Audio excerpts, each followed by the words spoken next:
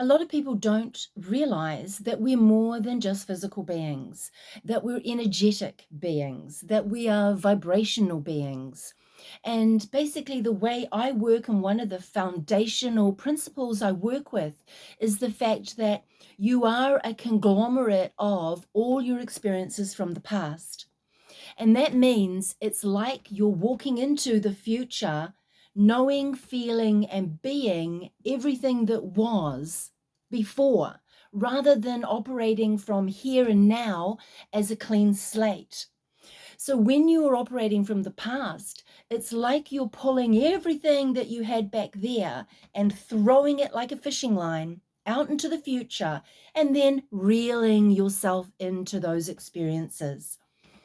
This is why a lot of people find that they re-experience or have these patterns of re-experiencing certain things until they learn the understandings behind them.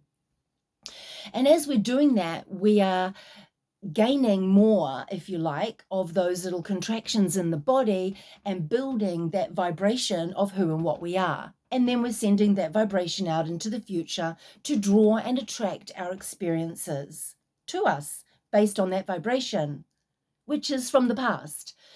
If you can get your head around that little bit, then you can understand why it's important to start healing that past, treating that past, removing that past from the body's cells.